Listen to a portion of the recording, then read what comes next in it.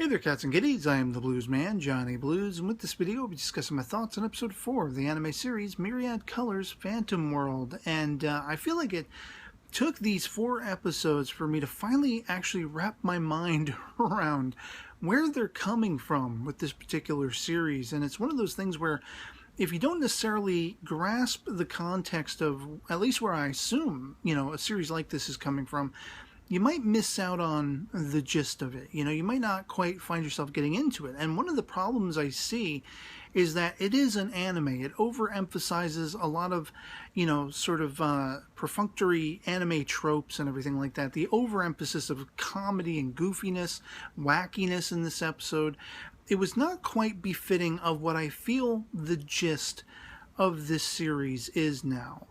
And that is, it's an idea series. It's very much an imaginative series that is trying to prompt thought in the viewer and prompt your imagination and to think outside the box. It's very much akin to a Twilight Zone or an Outer Limits or a One Step Beyond, these classic 50s and 60s series that were sort of borderlining, the genres of sci-fi and fantasy, and a lot of the stories didn't necessarily always make sense. Twilight Zone, there was much more an emphasis on logic, being applied to these fantasy-esque stories, but I mean, a lot of them also were just sort of horror stories or thrillers or played on psychology, and very much are these idea stories. These are concept stories. You kind of have to throw logic out the window a little bit, and it's very much more about the emotional impact and that it gets you thinking, that it gets you asking questions or thinking beyond the scope of where you might necessarily be settled and everything like that. And I feel like that's what's going on in this particular series. It's very much akin to a problem that I saw in a big-time anime reviewer some time ago now. I watched anime review this reviewer covered of Cowboy Bebop. And I felt like the entirety of the review, which was overly emphasizing and focusing upon the lack of a cohesive story from beginning to end, and entirely missing the point of the episodic adventures, that being much more the focus of a series like Cowboy Bebop or Samurai Champloo, where it's the episodic adventures and the characterization in between them, the character interplay, the smaller stories on that journey.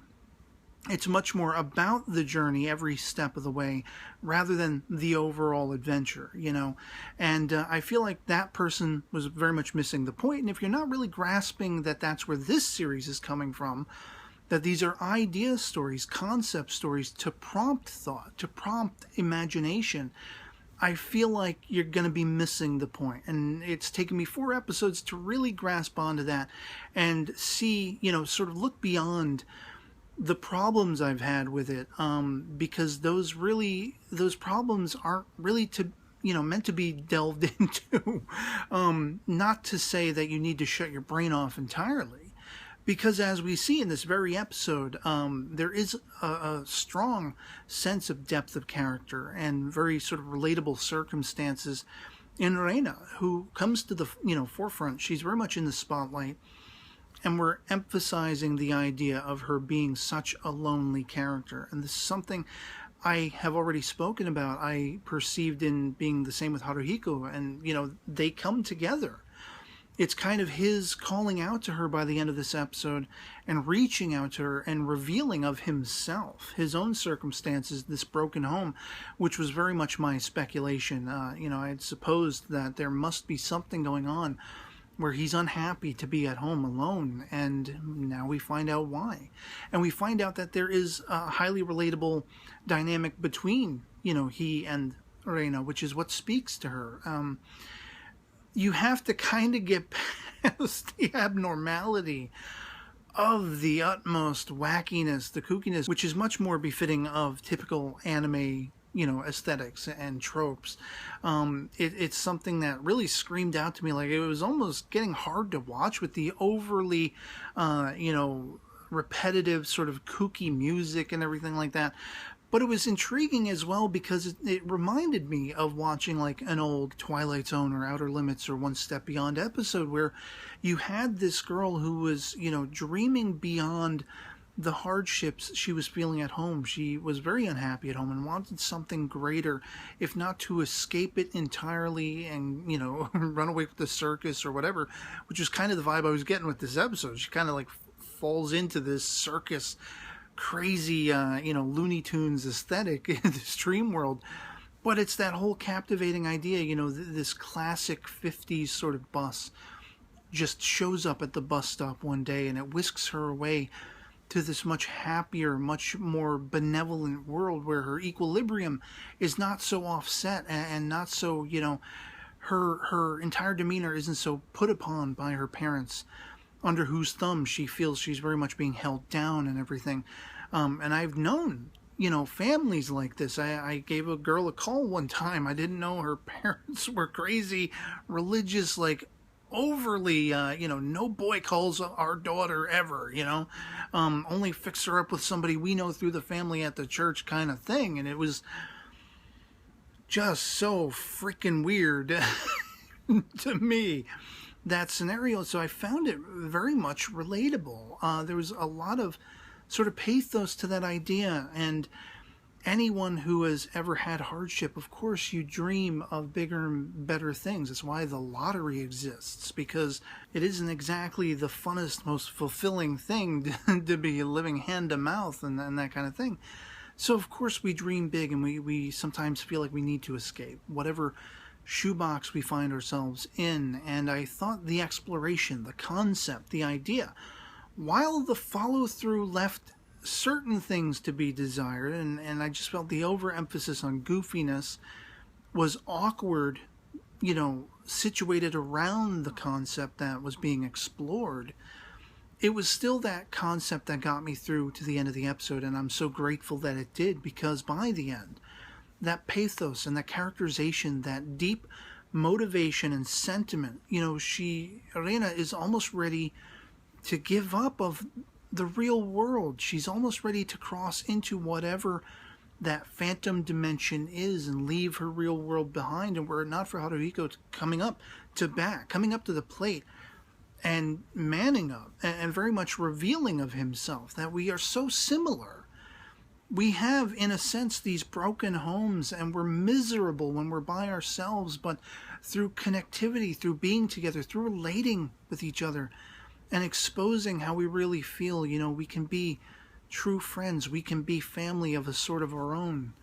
And we can support each other and all this stuff. And what I really liked, although I did have certain suspicions that, well, did she really go to her parents in the real world once everything was said and done and tell them, because she was so afraid to tell them that she was part of this phantom, you know, hunting group in school and everything like that.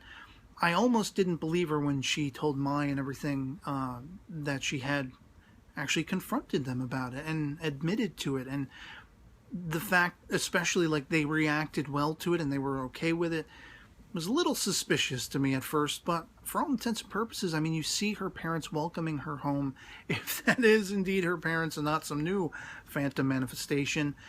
And it seems that she's that much better. We actually saw character growth for Reina by the end of the episode in that. And finding out that she has a sister who ran away because of this familial strife. I mean, you know, who knows what happened to her? Will she show up at some point? Will it just be, you know, this is just a footnote to know in the background of the Reina character? Could she become a phantom? Could she have died somewhere off, you know, and she'll become a phantom that, you know, we'll have to confront? I don't know. Maybe not. I mean, we don't really need any of that. It's very much sort of case closed at the moment. And I like that in all of this awareness that was brought to the fore in this episode, do we see why she was so drawn to Mai, for example? And, you know, like that whole idea of in this dream world, the bunny ears and everything, goofy. And I actually did chuckle when the mother and father bunnies, like, they jump off their chairs, and because I thought they were like human size, and no, they're actually little small bunny people, you know, like pint size compared to Haruhiko, Mai, and Reina in this dream world and everything. But just the goofiness of that, it was a little off-putting, that dream world sequence. You really had to search yourself and search what was being displayed to understand what the actual point was, not to be lost in just how weird and odd it all was, and you know, sort of fanatical, fantastical, psychotic, whatever you want to call it. So like, while it wasn't a perfect episode, now that I've gotten my mind around, or at least I think I've gotten my mind around what the point, what the gist of this show is, episode by episode thus far, are we seeing the, you know, continuing evolution and growth of the characters in their characterization, their character interplay, and everything like that, which is what keeps you watching. There is an extension of the core idea of phantoms and, you know, that whole Phantom World aesthetic, and the backdrop of that mind's eye being awakened in people, exploring that and going beyond the sci-fi fantasy, you know, realm of imagination. It's just exploring all of that, being a show about ideas, being a show about prompting you to imagine and to contemplate and to think.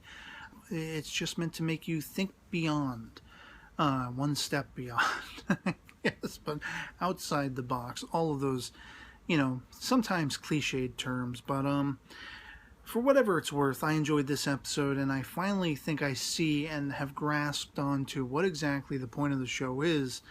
And it's going to be interesting now, that much more so, to see what new concepts they debut and display, and how they go about telling the stories that revolve around them from here on out.